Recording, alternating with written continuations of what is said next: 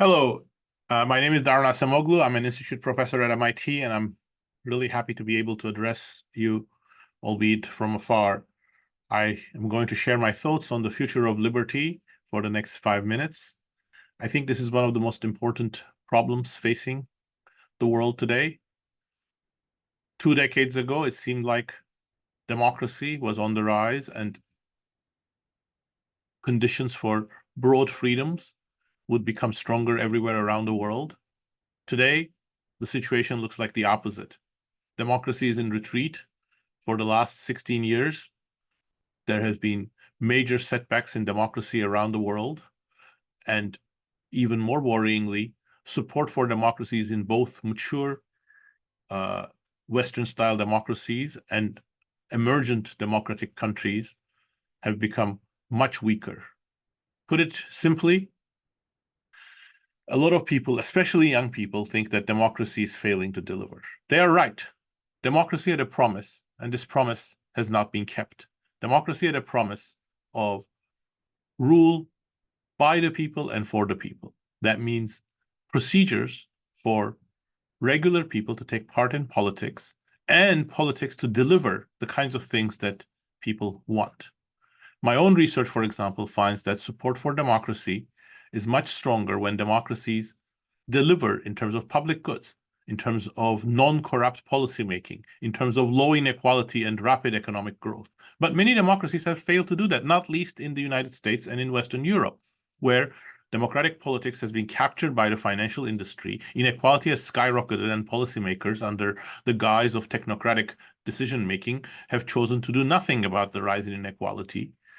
And public goods have become of much lower quality and delivered in more haphazard way, especially in the United States.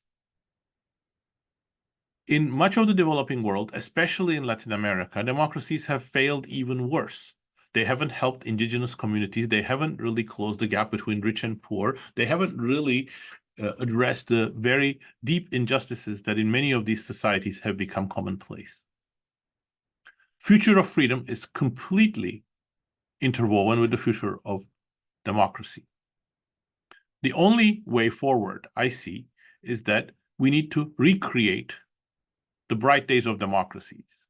That means supporting democratic governance, but also demanding much more from politicians, demanding action against global challenges, including climate change and pandemics, demanding much less corruption, much less interwoven dealings between big businesses and policymakers, for example, lobbying and campaign finance contributions in the United States, requiring a new thinking on issues of globalization and new technologies that have boosted inequality without strengthening the social safety net, and also improving the procedures for democracy. For example, in the United States, the two-party system has failed in many important dimensions, but reform seems to be impossible.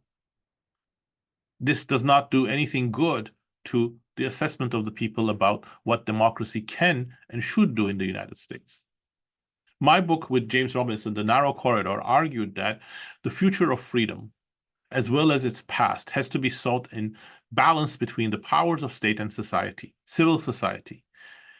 This is critical for the future of democracy and the future of freedom as well. We need to create that balance. What that means in particular is that we need state institutions that are strong, but that are firmly rooted and embedded in society, and society is able to organize, to withstand challenges from the state when necessary, and to control state functionaries, politicians, and bureaucrats most of the time.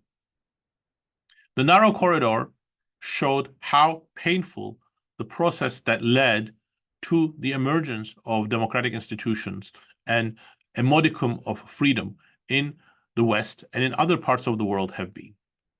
And it has also argued how that balance can be easily broken, and we have seen it happen in the past, and we are seeing it today.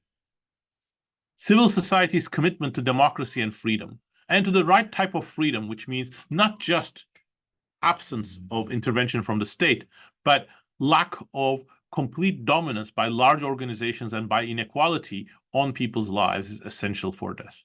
It is our duty, I think, to the next generations that we have to defend democracy and defend freedom and try to create a better world for freedom to flourish in. Thank you.